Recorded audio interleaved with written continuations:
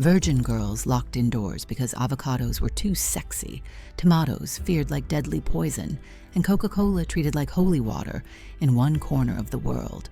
These are 5 weird food facts from history that sound completely made up, but they're real.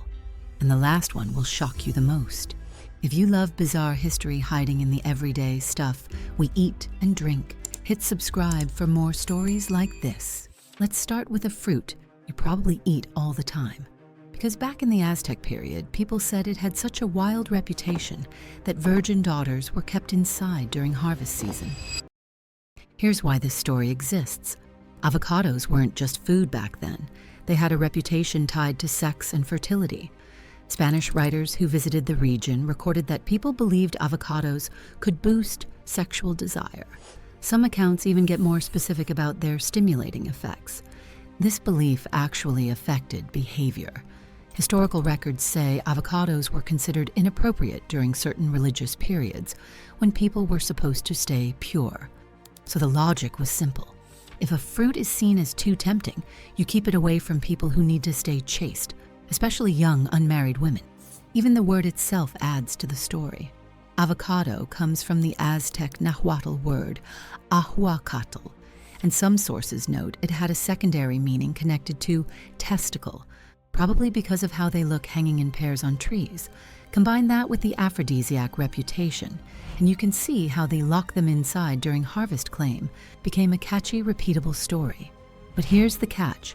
While the sexual reputation and avoiding avocados during purity periods are well documented, there isn't strong primary evidence of an actual formal rule that literally locked virgin daughters indoors during harvest season. The story likely grew from the real beliefs but got more dramatic over time. Now let's jump to Europe, because if you lived in the 1500s, eating a tomato might have seemed like eating something from a witch's garden. Tomatoes got a scary reputation because early plant experts put them in the nightshade family, the same group that includes actually poisonous plants, like deadly nightshade. One big voice was Pietro Andrea Mattioli, an Italian plant expert in the 1540s. He classified tomatoes with nightshades and connected them to plants like mandrake, basically telling people, this thing is suspicious, don't eat it. And to be fair, tomato plants do send a real warning sign.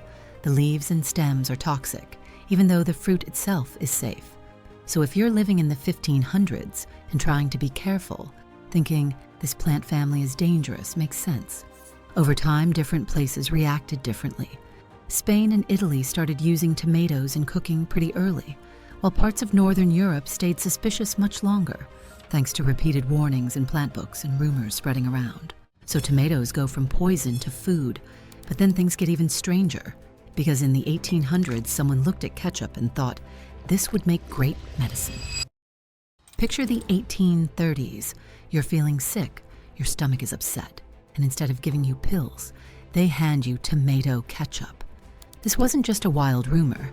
In 1834, a doctor named John Cook Bennett promoted tomatoes, including in ketchup form, as helpful for stomach problems like indigestion and diarrhea.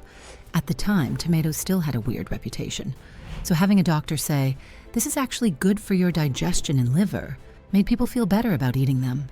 That medical angle opened the door for marketing. People didn't just eat tomato ketchup. They bought concentrated tomato extracts and tomato pills, sold like miracle cures. And because this was the 1800s remedy market, big claims could sell without much proof. Later, the medical world pushed back. By the mid to late 1800s, criticism grew. Reports say tomato pills got called out. Some were even accused of having no actual tomato in them at all. And no, this isn't everyone was gulping down Heinz ketchup as medicine. The bottled ketchup style we know today usually traces back to later in the century, around 1876. Now let's leave the kitchen and go to the dinner table, because one of the most common things people do at meals might not mean what you think. Everyone says clinking glasses started to prevent poisoning, so is your friend basically accusing you of murder at dinner? If you've watched Game of Thrones, you already know the vibe. Back in ancient times, poisoning feels like the go-to plot twist. So the story people love about clinking glasses makes perfect sense. The popular story goes like this. You clink hard enough that a little liquid splashes from one cup to another. That way, if one drink is poisoned, The person who brought the poison risks drinking it too.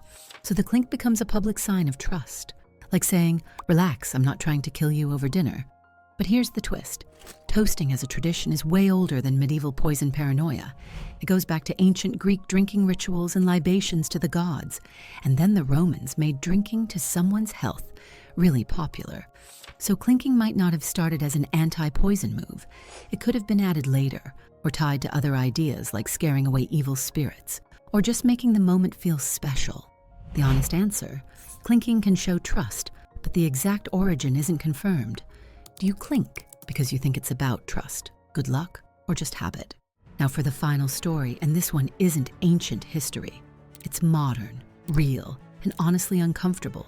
Because in one part of the world, Coca Cola can actually be cheaper and easier to get than safe drinking water. But before we get to our final story, quick reminder, if you're enjoying these weird but true history facts, don't forget to subscribe. Now let's talk about the place where soda became the go-to safe drink. This is Chiapas, Mexico, around the area of San Cristobal de las Casas, where some neighborhoods only get running water a few times a week, and many people don't trust the tap water to be safe. So the real question isn't water versus soda, it's safe water versus soda. If families have to buy treated or trucked-in water anyway, a soda with huge distribution can end up being easier to find, and sometimes costs about the same. Over time, that convenience becomes part of the culture. In some indigenous communities, Coca Cola shows up in religious ceremonies as an offering, and the carbonation and the burp can be seen as part of spiritual cleansing. It also becomes a social thing.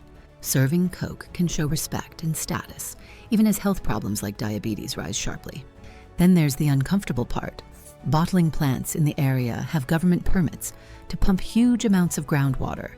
Locals argue that when water infrastructure is weak and underground water sources are stressed, that extraction feels impossible to justify. Investigations also point out it's not just the plant.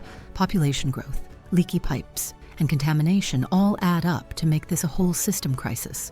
The result? A place where soda becomes the default, not because people don't know it's unhealthy, but because the system makes the healthier choice harder to access. From aphrodisiac avocados to ketchup as medicine, and a place where Coke replaces safe water, these stories show that what we eat isn't just about taste. It's about history, fear, belief, and sometimes pure survival. Which one shocked you the most? And what food do you think people in the future will be horrified we used to eat? Thanks for watching. Don't forget to like this video and hit subscribe if you enjoyed.